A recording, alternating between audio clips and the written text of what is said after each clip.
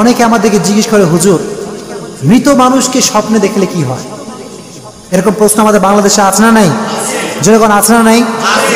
মৃত ব্যক্তিকে স্বপ্নে দেখলে কি হয়, এটা আমরা কিছু কথা বলবো, বলেন ইনশাআল্লাহ। আল্লামা শিরিন রহমতুল্লাহি আলাইহি একটা বই লিখেছেন স্বপ্নের ব্যাখ্যার ক্ষেত্রে, একটা বই, এবং এই বইটা খুব গ্রহণযোগ্য, অ্যাকসেপ্টেবল একটা বুক। এই বইয়ের ভিতরে অনেক সুন্দর সুন্দর ব্যাখ্যা দেওয়া হয়েছে, যে ব্যাখ্যাগুলো আসলে সত্য, এবং ওলামা একরাম বলেছেন এই ব্যাখ্যাগুলো খুব গ্রহণযোগ্য। আসলে স্বপ্ন এটা কখনো কখনো সত্য হয়, কখনো কখনো মিথ্যা হয়, কখনো সত্য কখনো কখনো সত্য কখনো মিথ্যা। স্বপ্ন অলওয়েজ সত্য হয় না, আবার স্বপ্ন সব সময় মিথ্যাও, ঠিক কিনা? এজন্য স্বপ্ন দেখলেই আপনি ভাববেন না যেটা আমার সঙ্গে হয়েই ছাড়বে, এরকম কোনো ভাবার আশঙ্কা নেই। তবে এই কথা মনে রাখতে হবে, মানুষের জন্ম মৃত্যু সমস্ত কিছু একজনের হাতে, তিনি কে? আমাদের অনেকের আব্বা মারা যায়, অনেকের আম্মা মারা যায়।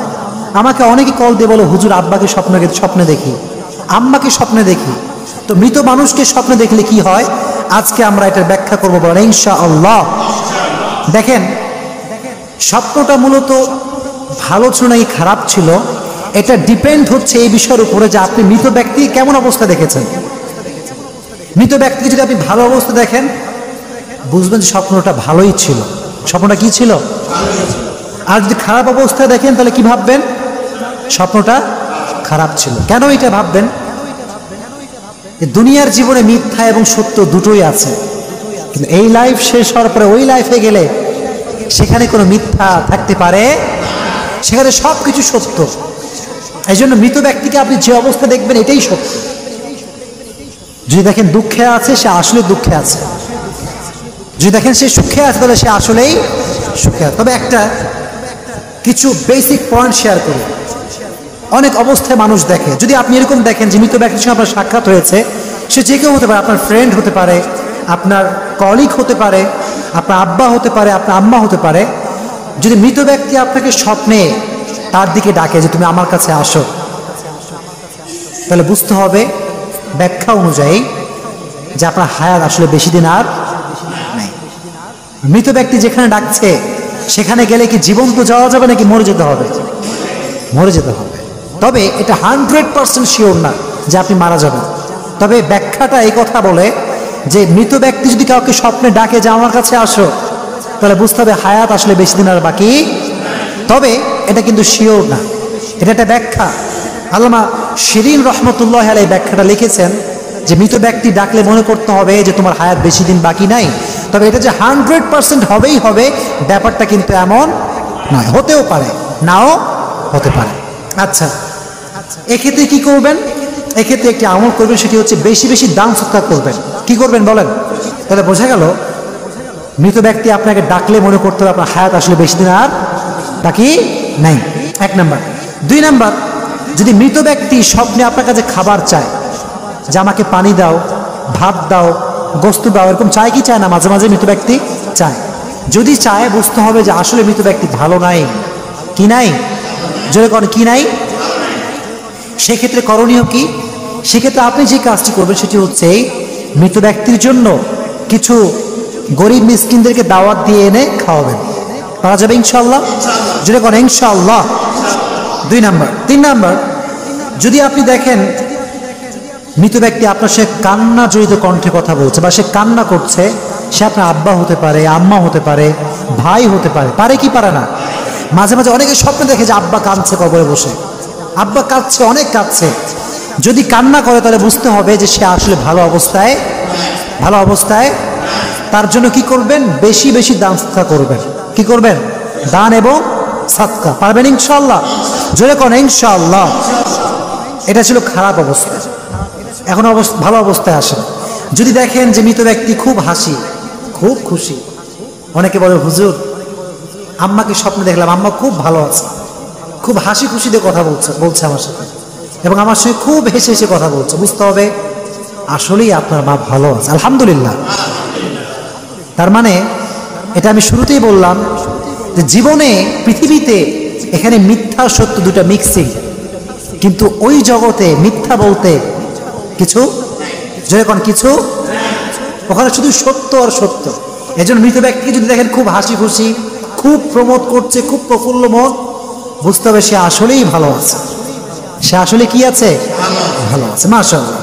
2 নাম্বার, যদি আপনি দেখেন যে মৃত ব্যক্তির সঙ্গে আপনি ভ্রমণে বের হয়েছেন, আপনার ভাই মারা গেছে বা বন্ধু মারা গেছে, স্বপ্ন দেখছেন যে আপনি আর আপনার বন্ধু ঘুরে বেড়াচ্ছেন। কি করে বেড়াচ্ছেন?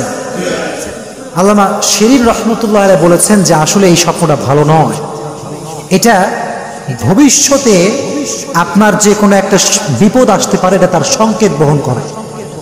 মৃত ব্যক্তির সঙ্গে কেউ যদি দেখে যে আমি ভ্রমণ করছি, ঘুরে বেড়াচ্ছি, বিভিন্ন জায়গায় জায়গায় ভ্রমণ করছি, এটা আসলে ভালো স্বপ্ন নয়। এই স্বপ্নের ব্যাখ্যা হচ্ছে একটা, যে সামনে ভবিষ্যতে, অনাগত ভবিষ্যতে আপনার জন্য বিপদ অপেক্ষা করছে। কি অপেক্ষা করছে? বিপদ যে আসবেই এটা কিন্তু ফ্যাক্ট না, এটা 100% শিওর না। তো ব্যাখ্যায় কথা বলে যে বিপদ আসতে পারে। এজন্য বিপদ থেকে বাঁচতে চাইলে করবেন একটা কাজ, সেটা হচ্ছে দান এবং সদকা। কি করবেন বলেন? দান এবং, ইন্না সদকা তাদফাউল বালা, দান এবং সদকা বান্দার সমস্ত বিপদ আর আপদকে দূর করে দেয়। বলেন সুবহানাল্লাহ।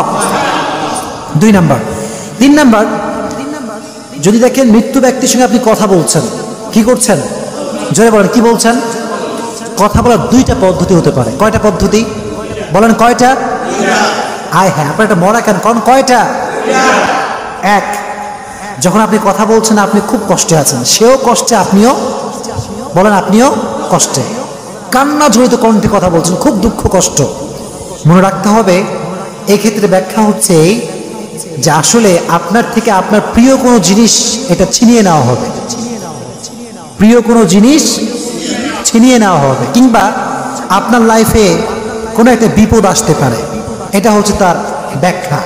তবে এটা যে আসবেই 100 ব্যাপারটা কিন্তু, তবে আসতে পারে কি পারে না? পারে কি পারে না? পারে। আরেকটি হচ্ছে যে আপনি কষ্টে কথা বলছেন না, হাসি খুশিতে কথা বলছেন।